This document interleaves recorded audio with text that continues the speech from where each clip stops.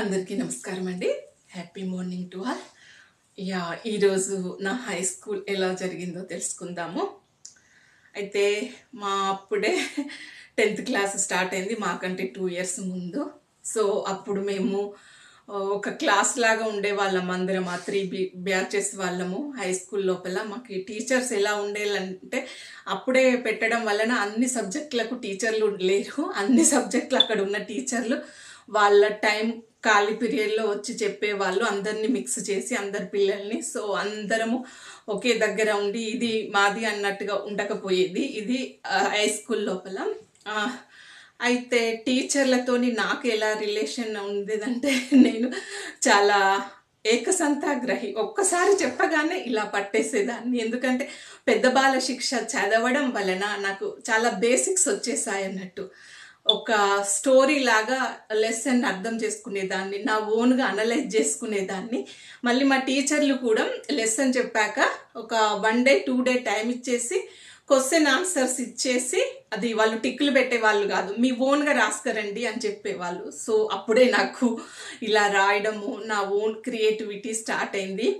So science లోపల Kalavathi teacher గారు, ఎంఆర్న teacher గారు అలా చెప్పారు. సో అవి ఒక పిక్చర్ లాగా ఉండిపోయేది నాకు. ఆ లెసనే జాగ్రత్తగా వినేదాన్ని, దాన్ని నా సొంతంగా రాసుకునేదాన్ని.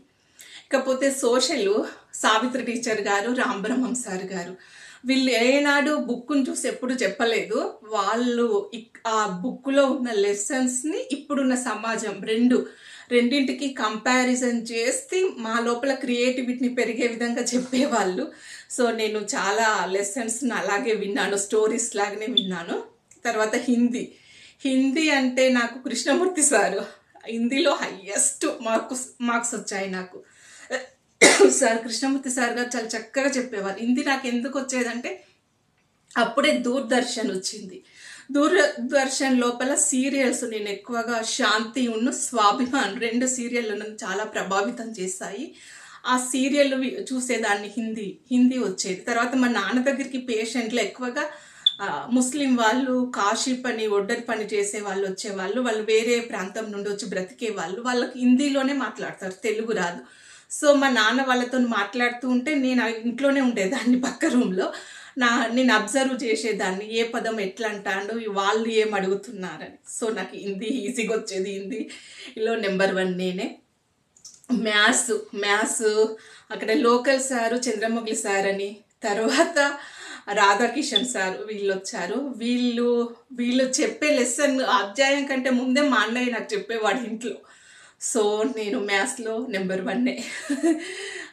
తర్వాత సైన్స్, సోషల్, మ్యాథ్స్, తెలుగు టిఆర్నా టీచర్ గారు అండ్ రాజమమ్మ సార్ గారు ఒత్తులు, దీర్ఘాలు, హల్లులు ప్రతి ఒక్కటి చూసేవారు. ఎందుకంటే అవే ఇంపార్టెంట్ తెలుగు లోపల. సో నేను తెలుగులో బాగానే చదివేదాన్ని, ఎందుకంటే పెద్ద బాలశిక్ష చదవడం వలన, పద్యాలు కంఠస్థం రావడం వలన తెలుగులో కూడా నేను నెంబర్ 1. ఇంగ్లీష్ మాత్రం నాకు వచ్చేది కాదు. నాకు అప్పటి నుండి ఇప్పటి వరకు ఆ గ్రామర్ చూస్తేనే ఇప్పటికి భయం. ఎంత చెప్పినా, మా అన్నయ్య చెప్పినా నాకు బుర్రకు ఎక్కేది కాదు. మరి నేనే కాన్సన్ట్రేషన్ చేయలేకపోతున్నానో నాకు తెలీదు. సో ఇంగ్లీష్ ఎవరు చెప్పేవాళ్ళంటే షేక్ హుసేన్ సార్ గారు చెప్పేవారు. పాపం తను ఇప్పుడు చనిపోయారు, మిస్ అవుతున్నాను సార్ని. ప్రోగ్రామ్కి వచ్చారు, తను ఇంప్రెస్ అయిపోయి తను షాలో తీసుకొచ్చారు నాకు, మంచిలా నువ్వు ఇలా చేస్తున్నావు అనేసి.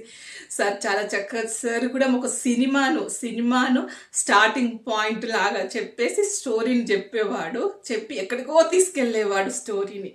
చాలా మంచిగా చెప్పేవారు. తను కూడా ఇంగ్లీష్ అయిపోయింది, మ్యాథ్స్ అయిపోయింది, తెలుగు, సోషల్, సైన్స్ అయిపోయింది. ఆల్ సబ్జెక్ట్స్ అయిపోయాయి కదా. ఇది హిందీ కూడా. ఒక్కొక్క సార్ తోటి అలా ఇంటరాక్షన్ ఉండడం వల్ల నేను చాలా చక్కగా, వాళ్ళు నన్నే మంజులానే రాస్తుంది క్వశ్చన్స్ అని ఫస్ట్ అనేవాళ్ళు. సో మేము ముగ్గురం ఉండేవాళ్ళము, అబ్బాయిలు కాంపిటీషన్. సో దేంట్లోనైనా ఒకసారి అబ్బాయి వచ్చేవాడు, తర్వాత నేను కాంపిటీషన్, నేను రావాలని ఫైట్ చేసేదాన్ని. సో ఇది నా స్కూలింగ్, టీచర్లతోని రిలేషన్. ఇకపోతే స్టూడెంట్స్ అండ్ మా స్నేహితులు, క్లాస్మేట్స్తో ఇలా ఉండేదాన్ని.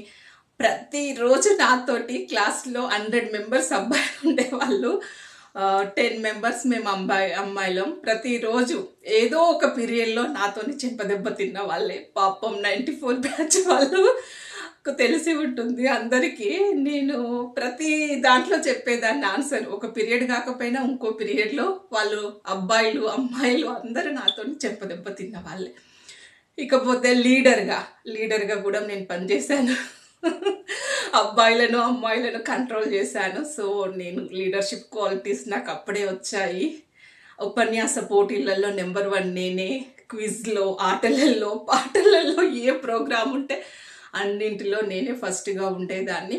సో ఇలా ఉండే టైం లోపల అన్ని క్లాస్ లోపల కూడా విజిటర్గా వచ్చేవాళ్ళు గ్రామ పెద్దలు, సర్పంచ్ గారు కానీ ఇంకా వేరే మండల అధ్యక్షులు కానీ. అప్పుడు నన్ను మాట్లాడిచ్చేవాళ్ళు, నేను మాట్లాడేదాన్ని. సో అన్నింటిలలో నేనే ఫస్ట్ 1, మంచిలా తుమ్మా ఆల్ సబ్జెక్ట్స్ అలా రావడం వల్లనే నేను మండల్ ఫస్ట్ వచ్చాను. వచ్చిన తర్వాత అమ్మాయిలము అబ్బాయిలం నాకు 3 ఫ్రెండ్స్ ఉండేవాళ్ళు. శ్రీలత, భాగ్య, నేను. మేము ఉండేవాళ్ళం ఎక్కువగా. వాళ్ళిద్దరికీ మ్యారేజ్ అయిపోవడం వల్ల నేను ఒక్కదాన్ని అయిపోయాను. మిగతా వాళ్ళతోని ఉండేదాన్ని, బట్ నేను అంత ఫ్రీగా ఉండకపోయేది. మేము 3 చాలా కాంపిటీషను. సో నేను శ్రీలతను మిస్ అవుతున్నాను. తను ఈ మధ్య సూసైడ్ చేసుకొని చనిపోయింది. చాలా డిస్టర్బ్ అయ్యాను నేను. లైఫ్ లోపల ఆ అమ్మాయి చదువుకోకుండా అలా అయిపోయింది, నేను చదువుకున్న దాన్ని కూడా మా స్టేజ్లో ఉన్నాను. అసలు డిఫరెన్స్ ఏంటో నాకు తెలియట్లేదు. అంటే ఆడపిల్ల జీవితం ఇలానే అవుతుందా అనేది ఆలోచించి నన్ను నేను మళ్ళీ ఆ దశకు చేరుకున్నాను. సో నేను మళ్ళీ వెనకటి మంజుల రోజాగా తయారయ్యాను. దానందరికీ నాకు సహకరించిన గురువులందరికీ, కరోనా టైంలో నన్ను తీర్చిదిద్దిన గురువులందరికీ మరొకసారి పేరున నమస్కారాలు తెలియజేసుకుంటున్నాను. Thank you so much. ఇకపోతే నా కాలేజీ డేస్ గురించి నెక్స్ట్ వీడియోలో చూసుకుందాం.